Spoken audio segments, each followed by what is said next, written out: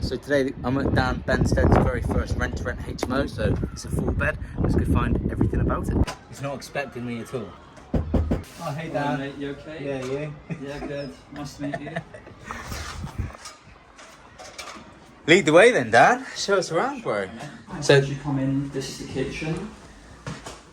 Quite spacious. They've left appliances, fridge, microwave. That's a massive fridge for a 4-bed. It is quite generous, isn't it? Yeah, it's quite a luxury actually. Washing machine, got some pots and pans in the cupboard, plates, mugs. Yep, plenty of mugs. Good to go, yeah. So we've got my coffee. Well done, Dan. Priority number 1. So lead the way, grab your coffee and just around your property, dude. So this is a 4-bed HMO. That's right. So this is the first bedroom as you come in. They're Yeah. all en suites. I was just in the process of staging it, as you can probably see. Yeah. En suite here. Let's put the light on. Let's go upstairs. So this is the lounge on the second floor. Yep, absolutely no work to do in here. Maybe up. Not too bad, is it? Might just move things around slightly, you know, just play around with Yeah, things, maybe see how it looks. inject a little bit of colour. Yeah. Might be worth getting a new smart TV. Well, a smart TV. That's something from the 80s. Yeah. It wouldn't be that expensive. Just a cheap second-hand one. Yeah. Right, so this is bedroom 2. You can see another ensuite. Pretty much the same kind of layout, same things provided, wardrobe, chest of drawers, drawer, bed, lamps for every room. Yeah. If this was my HMO, I would put some colour on that wall. Yeah, it's of very course. white in here. It Maybe is. a bit of colour on this wall. Make the bed very nice, and that's about it really. I mean, it's very white and very kind of black bars, a bit prisony at the moment, but a bit of colour would just transform it. But other than that, it's clean, it's fresh, modern, just needs a bit of colour. Of course, it's pretty much good to go. Just Yeah. a few little details now, minor details. So on the left here, we have room 3. I was just in the process of staging this one. Yep. Another wardrobe, desk, lamp, chest of drawers. So what made you ensuite. go for a 4-bed? Why did you go for a 4-bed? Just because it didn't need a HMO licence. I looked up the regulations for Gloucestershire and it didn't need one. Yeah. It's compliant, so it didn't need one, and the landlord was open to a company let. So you nearly got £1,000 off of this, didn't you? So what was the landlord looking for in terms of rent? They was looking for 2,400. So you got 1,440, £960 off. £960 off. So when you first stacked it and you Yeah. thought, oh, I got to offer nearly £1,000 off, what was running through your mind? I was thinking it would be like pretty disgraceful to make that kind of offer. Yeah. So I kind of like played a little game. The estate agent asked me for feedback. They was like, what do you think of the property? And I was like, I really liked it. I could see myself managing it because the landlord, you know, wants the company let on that. But I said, I don't want to offend anyone by making an offer. Yeah. And she was like, you know, Perfect. What would your offer be? And I was like, again, I don't want to offend anyone or upset the landlord. And I was like, go on, you know, just make your offer. And I was like, okay, I'm going to go for it. Yeah. So when you gave them the figure, how did they come back? Was that over email? It was over email. So how did they come back? It's the best way to do it, so it breaks it down. Oh, you got to keep everything formal in the email exactly. anyway. So they can't say you said this, you said that, and you didn't. exactly that. So how did they respond? I explained the business model and why it had to be that, because like we pay all the bills, council tax, water, gas, electric, etc., etc. I explained a bit about the profit margin. Explained if one room is empty, we're basically breaking even. Yeah. Or if 2 rooms are empty, we're making a loss actually. Yeah. So the risk is more on our side because they're guaranteed rent over the contract term. Yeah. But we're not guaranteed anything as such. So what did they say to the figure? The estate agent was like, I understand your business module and I'll pass it over to the landlord. Didn't hear anything for I think about maybe a week or 2. I chase the estate agent every 2-3 days by email. Yeah. And it's just like, I don't think it's good news, is it? And I was thinking, you never know what they're going to say. About a week and a half later, they accepted. How did that make you feel when it got accepted? Great, actually, especially like £1,000 less now. I was thinking it's not possible. I was absolutely buzzing for you. These things are possible, you know. Just put your mind to it. Just That's it. stick to it. That's it. Yeah, well done. So let's have a look at the final room. So arguably, this is the nicest one. Yeah, this is definitely the nicest room. That's it. Just needs a bit of staging and then it's good to go, really. Pretty much. Yeah, so what's the demand been like? It's slowed up, isn't it? I think initially you say like 3 messages on average over 3 days. I think the first day I had 2, the second day I had none, and the third day 1. So I made an offer because on average that's 1 message per day. So I thought I'd make an offer, and it's had messages here and there. It's been hit and miss. Okay. Not had any messages for like maybe a couple of days now. Yeah. But Not too worried. so We've got a rent-free period. so Dan would have given you the confidence to sign the contract.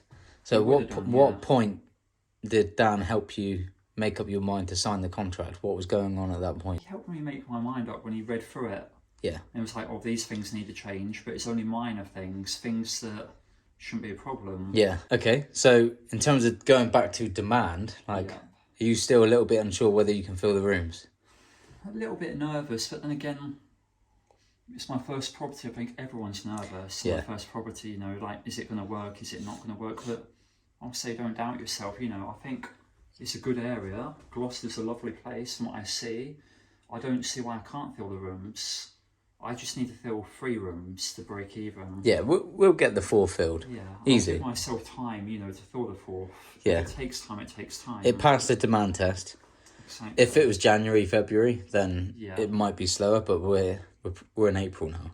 Exactly. No, it's going to only get stronger. So you'll fill the rooms. Exactly. Just you got a 2-week grace period as well, haven't you? How many hoops did you have to jump through?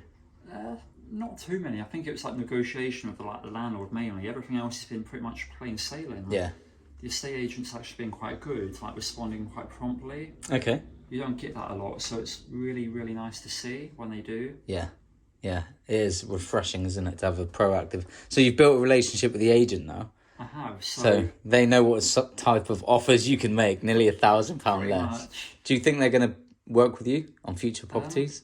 I hope so. I'll get this one filled first, then see if they have any others Yeah. where a landlord might be open to company let, then fill those too. Yeah. Okay then, Dan, so you've come to the end of the mentorship. It's 5 months in, I think, four months in. So let's rewind way back before the mentorship. What happened in your life to think, I need to start in property? I just had enough of my job, but still have. It's my day job. I want to replace that with this rent-to-rent because for me, I'm a pat engineer and sometimes I have to drive 70, 80 mile, maybe 100 miles to work, and that's just one way, about a 2-hour drive one way to work. And they call it a day rate, which is like basically £100 a day sometimes. For a 2-hour drive there, you need to do the work and drive home. Is that 5 days a week? Sometimes the 2-hour plus drive is, I don't know, maybe once, twice a week. It just varies, like in the office, what work they give you. It is annoying, like driving all that way for like £100 a day. You need to do the job as well, then drive home. So you paid for travel? I'm paid for travel, yeah. But they say within the contract, your travel is an hour and a half a day, 45 minutes to work and 45 minutes home, but that's not the case. Yeah, Sometimes it's just that, going one way to work. How long have you been doing that? 2 years. What was you doing before that?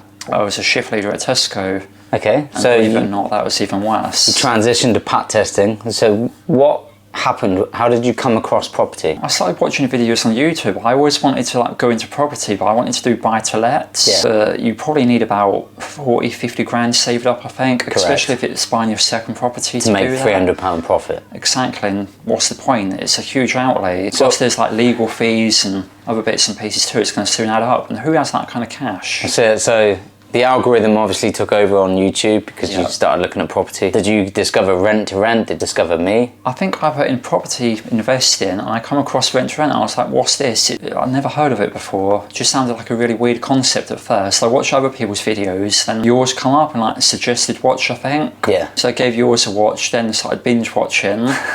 Then I made contact. I spoke to my other half, my fiance, and she was like, go for it. Got nothing to lose, so I try and... Okay, so walk us through the first 3 weeks of you starting with us. What happened? It was just like all the compliance things, like insurance, website, email template, just getting on the phone and getting that experience like phoning estate agents. Was the onboarding process like systemized? Did you move through it quickly?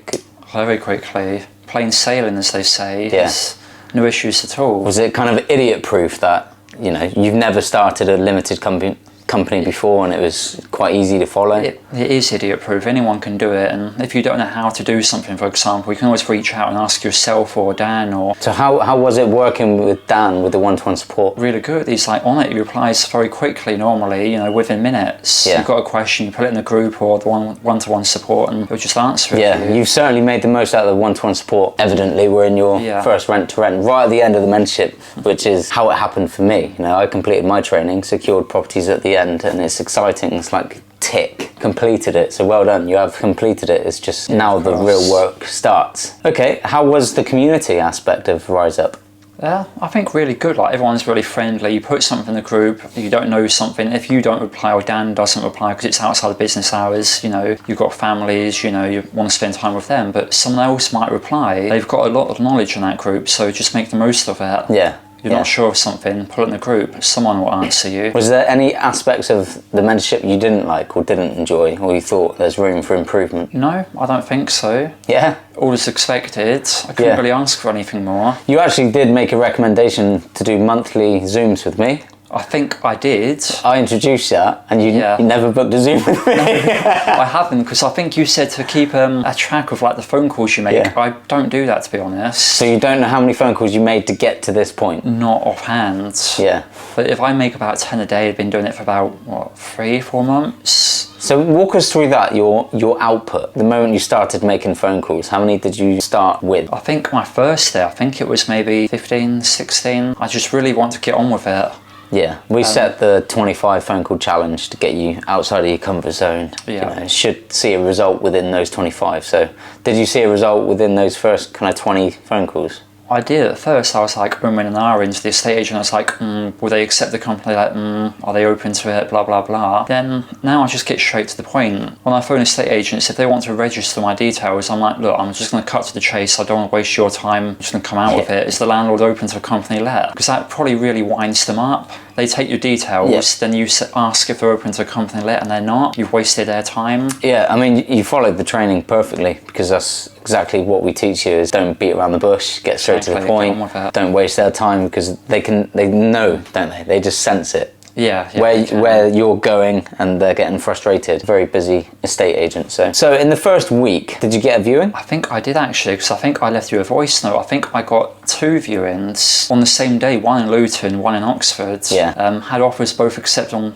both actually. So how many offers have you made to date to get to this point? I looked on Rightmove, because I see my progress on Rightmove. I think this was my 8th offer. 8th offer. I think, and the one that's gone through. Was there any moments that you thought this is never going to happen for you? I thought so, when they both fell through at pretty much the same time. 2 offers accepted, both fell through at the same sort of time. Was that early on in your journey, or towards this? Quite early on. I started towards the end of November. They fell through maybe late January, early February, so about halfway through. So 8th offer to get to this point. What was your lowest moment? It's when the deals fell through. What, and you had an empty pipeline? Yeah. What did you have to say to yourself to really kind of ramp it back up? Because that is a tough moment to get through, isn't it? It is. I think I just knew I had to get on with it. I was like, if I give up now, I'm never going to achieve my dream of like maybe being financially free. I know I'm not there yet with just one property, but I'm on the way. Yeah. It's a start. Do you feel more sold on yourself, the business model? Now you've physically, literally just collected keys this morning to your first property. I think so, more sold on it. I've always been sold on the idea, but it's one thing being sold on the idea and another thing actually doing it. Yeah, because you've completed one whole process. Yeah. All you've got to do is repeat that again. Yeah, exactly, do it again. Build on that relationship with the estate agent you've got. Take on more properties in this area, because you know it works. What was it like working with me and Dan and Chris? Really good. I'd like to keep working with you guys. I'd like to be part of the legacy program and still have that support and still be in touch with people. You know, I think it's really beneficial. How was your network, like your standard everyday network? Were they supportive of when they found out you were doing this? Some individuals weren't very supportive. They're like, oh, if I was you, I wouldn't do it because it's a massive risk and it sounds like a con. They're like, why would anyone give you their property to look after so you make a profit? I'm like, well, because they're busy, they're investors, they've got loads of properties, you know, they're busy doing other things, they've got family, busy lives, they don't have the time to do it. Did that make you question why you're doing it? Pretty much. Or whether you're doing the right thing? It did make me question. I was thinking, we're not really that different from estate agents. Estate agents basically look after their properties. I think sometimes we're just taking it one step further. Yeah. Yeah. Because I can remember you putting something in the community chat about negative comments, and the whole community just bombarded you with energy, didn't they? They just hit you with energy, positive comments. So in terms of community, how was that helpful? Really good. I don't think everyone will be so supportive, but I think basically everyone answered. Yeah. In terms of what we provide as mentors, the amount of Zooms, the one-to-one support, the training school, is it too much? Is it perfect? I don't think it's too much. I think it's just right. If you want the support, it's there. Yeah. Even after hours, like sometimes yourself or Dan will reply. Yeah, we can't help that. No. We just love it. You just love doing it, and The support is great. There might be other coaches out there that wouldn't respond after business hours or maybe wouldn't help as much. Yeah. But you guys do, and I think it's perfect. What time of day was it when you found out you had this offer accepted? Early afternoon, probably Okay. about lunchtime, probably about Yeah. 1ish in the afternoon. Yeah. Did you sign the contracts that day? I didn't, because the estate agent was like getting it ready. Did you have to run it through Dan? Did Dan help you check I the ran it through contracts? Dan. He was like, just send it to me, you know, just before you sign anything, because you're not used to that experience. Yeah, just to make sure. Just get someone to look it over to make sure you're not Signing getting yourself something into you shouldn't. trouble. Yeah. Yeah, okay. So, perfect. Any advice to anybody watching if they're thinking about getting mentorship with us? Get on with it, you know, you've got nothing to lose by taking the chance. You don't want to get to like being 60, 70, 80 years old, because then it's too late to make that change. Do it now whilst you still can. Awesome. No, I appreciate it, dude. Thank you so much. Thanks, You've been Kenny. a pleasure to work with. So, yeah, this has been Dan's story, guys. Catch you soon, Dan. Bye guys, see you mate, take care. So there we go, another one ticked off the list with Dan. Yes, another happy mentee. Another happy mentee. So well done, you've worked hard with Dan, with one-to-one support, and we got him there. We did, yeah. There you go, guys. It's another mentee ticked. Tick.